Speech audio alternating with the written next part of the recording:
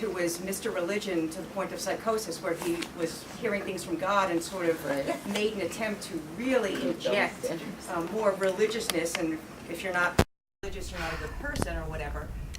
And how that's an interesting kind of, I guess, analogy, because maybe they were trying also to sort of flesh out the non-believers, non-religious. I mean, that's a separate group than the Jewish God-fearing whomever. I wonder if you could make a comment on that. Try. Interesting. We had obviously in the campaign for clemency, we did have support of a great many religious groups. We had 3,000 American Protestant ministers. We had Pope Pius XII. We had a number of Catholic priests openly espousing clemency. In respect to the Jews, we had problems because the defendants were Jews, and that became a problem. We discovered the following, that the Reconstructionist, the Reform, and the conservative Jews were the most difficult to reach on the case. Notwithstanding, one of the great outstanding advocates of clemency, who finally went with a group of other religious people to see the president on clemency, was Abraham Kronbeck. But he was an unusual person, a wonderful person, and it was very difficult to get support from them.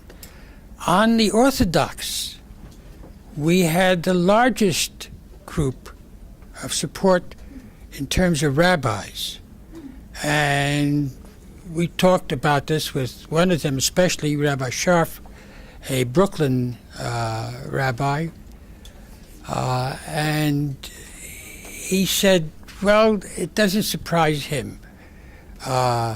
He said, we are the true Jews.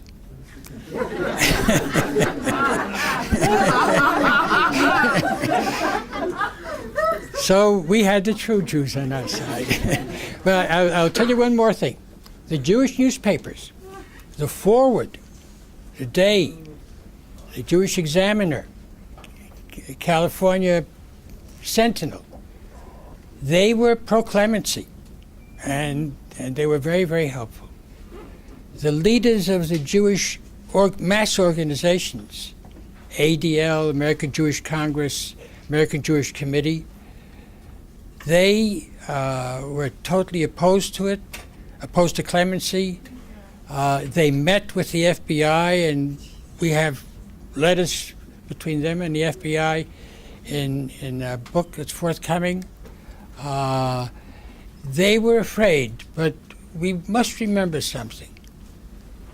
In the 1,000-year history of anti-Semitism, Jewish leaders were very frequently confronted with a very practical problem. And they sometimes did decide not to defend 2 or 3 if defending them meant the death of 50 or 100. I'm not arguing that they were right or wrong. I'm telling you that this is one of the conditions of life in Europe, in the shtetl, and we have to respect that fear that Jewish leaders had, even in the United States. And one of them once expressed that to me. He said, you go ahead and you call Hoover an anti-Semite, and you will have organized all the officials in the United States against you. Because when one official is charged with being an anti-Semite, all the officials will jump down your throat. And the thing becomes hopeless in terms of trying to reach these officials. We did not raise what I spoke about during the campaign. Even our Jewish leaders, like Rabbi Scharf, felt that to raise the question of anti-Semitism under those circumstances would distract from what we knew we could prove. We could prove, for example, perjury in respect to the photographer who posed him. We could prove that the witness list was a terrible one because it asked, among other questions, did you ever sign a petition for that black communist, Davis, Benjamin Davis? This ordinarily would have thrown out that jury on appeal to the higher courts. But the higher courts in those days had read the handwriting on the wall, and they did nothing. I can't resist urging everybody in this room, when Dave and Emily's book comes out, please get it and read it. It'll make you proud to be an American. In the height of the Cold War, when everybody in the country thought my parents and Morty were guilty, and that 99% of them thought they were dangerous traitors and had stolen the secret of the atom bomb, when Americans were being killed in Korea, this ragtag group of people who said, let's face it, we're everybody's second choice, but there ain't no first choice. It's a beautiful line.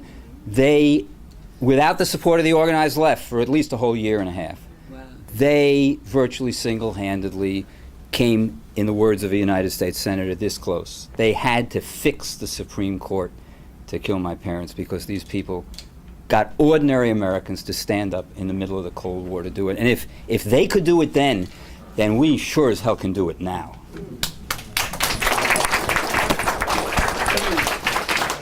Let me just add that what is extraordinary about that story is that it really was a mass movement. It was not few people. It was an incredible mass movement, very inspiring. Oh, sorry, one, and then where's two?